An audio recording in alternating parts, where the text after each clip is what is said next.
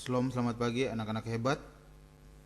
Ketemu lagi dengan Pak Guru dalam pembelajaran tematik subtema 2 buku tema 4F Hebatnya Cita-Citaku. Hari ini kita masuk dalam pembelajaran 4, muatan pelajaran bahasa Indonesia, PPKN dan IPS.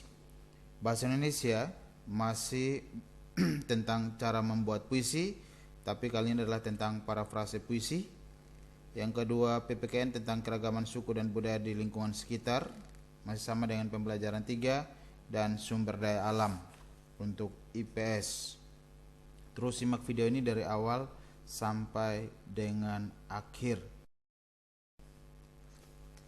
Perhatikan gambar yang ada dalam video ini. Ada 3 gambar. Yang pertama adalah gambar Monumen Nasional atau disingkat Monas yang terdapat di Indonesia, tepatnya di kota Jakarta. Ada juga Taj Mahal terdapat di India, dan juga tembok Cina yang terdapat di Cina. Perhatikan baik-baik bahwa bangunan-bangunan pada gambar tersebut itu sangat menakjubkan.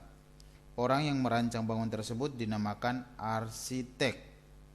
Arsitek tidak hanya merancang bangunan agar terlihat indah, akan tetapi mereka juga harus merancang bangunan yang mereka buat agar sesuai dengan fungsinya.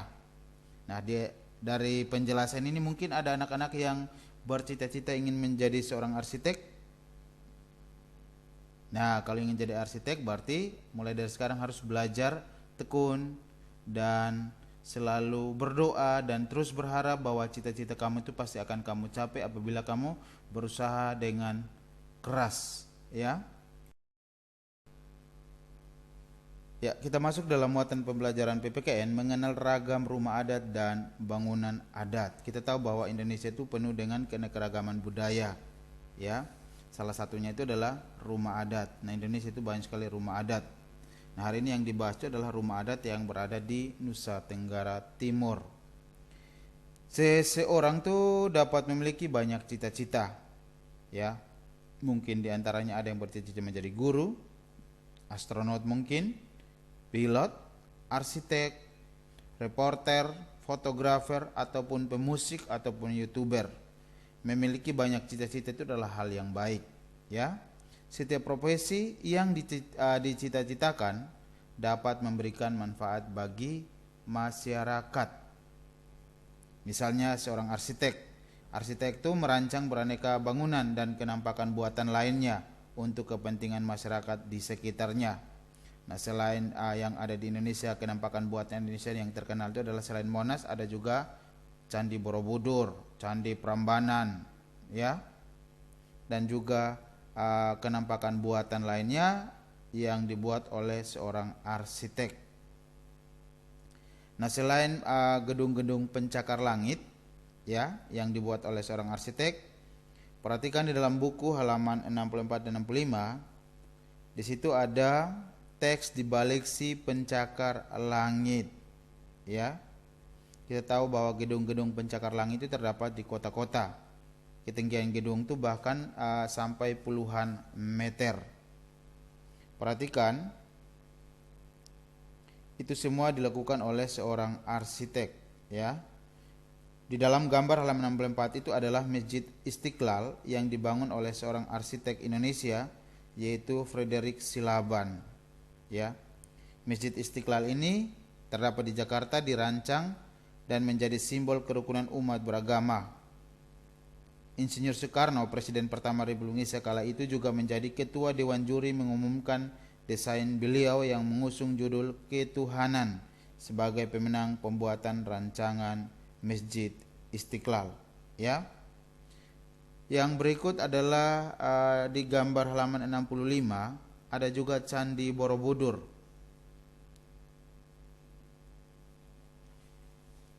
Arsitek bukanlah profesi yang baru di masyarakat. Arsitek sudah ada sejak zaman dahulu. Berbagai candi yang juga didirikan berkat rancangan seorang arsitek. Di masa itu misalnya Candi Borobudur dirancang oleh Gunadarma. Nah, Candi Borobudur yang masih berdiri dengan kokoh hingga saat ini memiliki 504 arca Buddha dengan posisi tangan yang berbeda-beda, berbentuk piramida dengan 10 lantai dan terbuat dari 60.000 meter persegi batu andesit atau lebih dari 1 juta blok kebatuan. Ya, jadi Candi Borobudur itu juga dibangun oleh seorang arsitek. Ya, pada zaman dulu itu arsitek sudah ada. Nah, selain bangunan-bangunan pencakar langit, di Indonesia juga memiliki beragam rumah adat. Nah, setiap rumah adat memiliki desain yang berbeda satu sama lain. Hal tersebut disesuaikan dengan kebutuhan masyarakatnya sekaligus menjadi simbol adat daerah yang bersangkutan.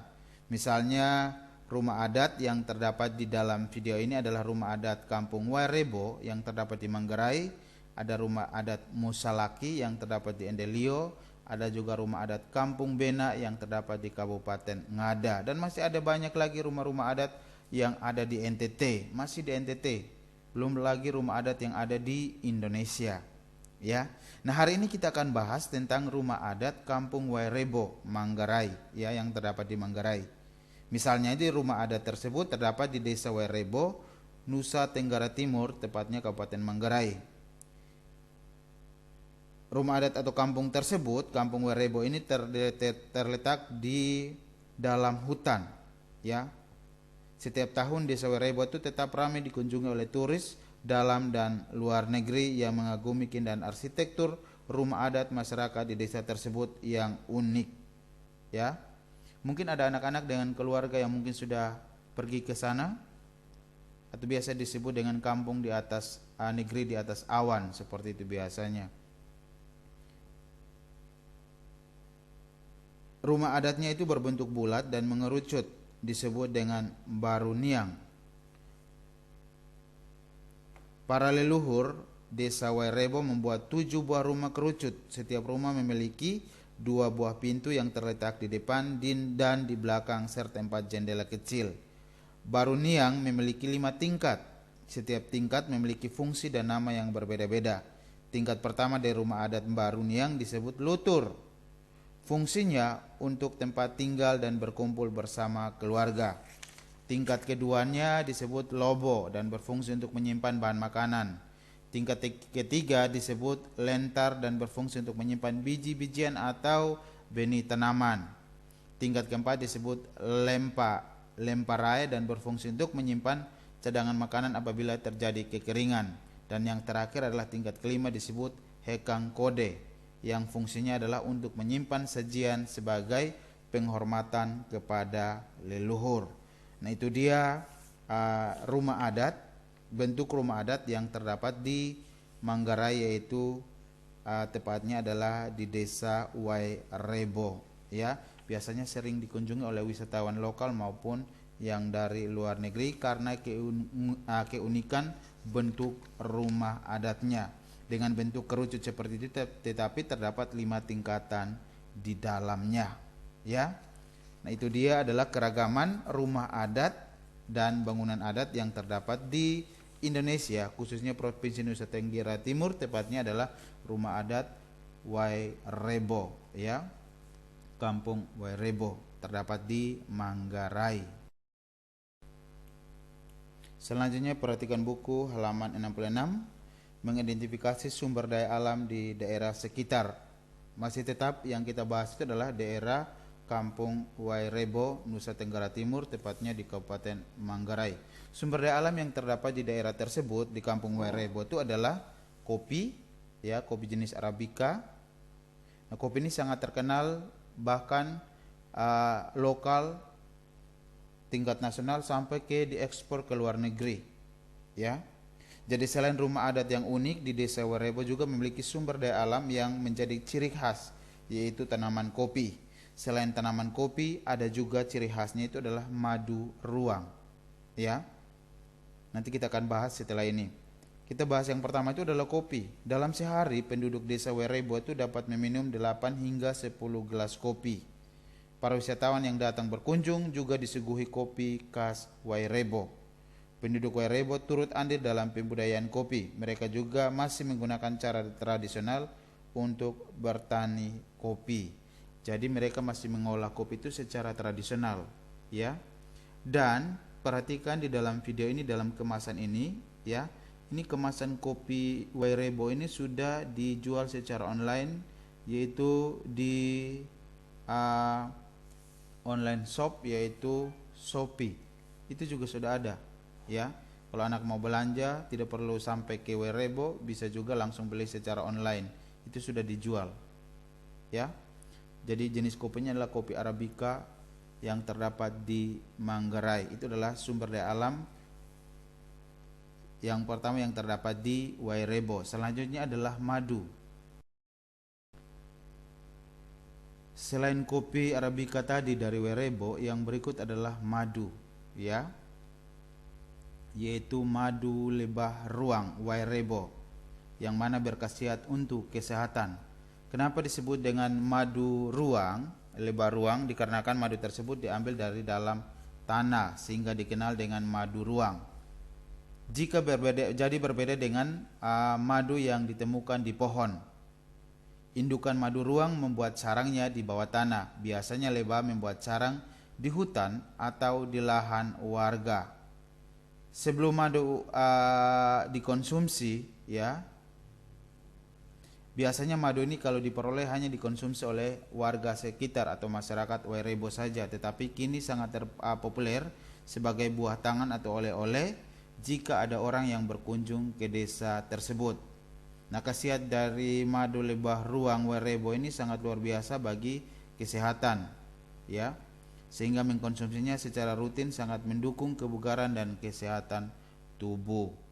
Nah, hal ini juga menjadi salah satu pendapatan ya bagi masyarakat yang tinggal di Wairebo ya. Jadi bagi warga desa Wairebo, madu ruang juga memberikan ruang penghasilan baru bagi mereka. Ya, selain muatan pembelajaran bahasa PPKN dan IPS ya, kita juga belajar hari ini tentang muatan bahasa Indonesia, memparafrasekan puisi karya pribadi ya. Nah, berbicara tentang Kampung Wairebo, keindahan alamnya juga sangat luar biasa, keunikan bentuk rumah adatnya serta kenikmatan kopinya sebagai bagian dari sumber daya alamnya, serta manisnya madu daripada madu ruang Wairebo ya, yang sangat menginspirasi seseorang untuk menulis puisi tentang Wairebo. Nah, puisinya seperti yang anak-anak lihat dalam buku halaman 67. Nah, puisi ini kita dapat merubahnya atau memparafrasekannya ke dalam bentuk prosa ya.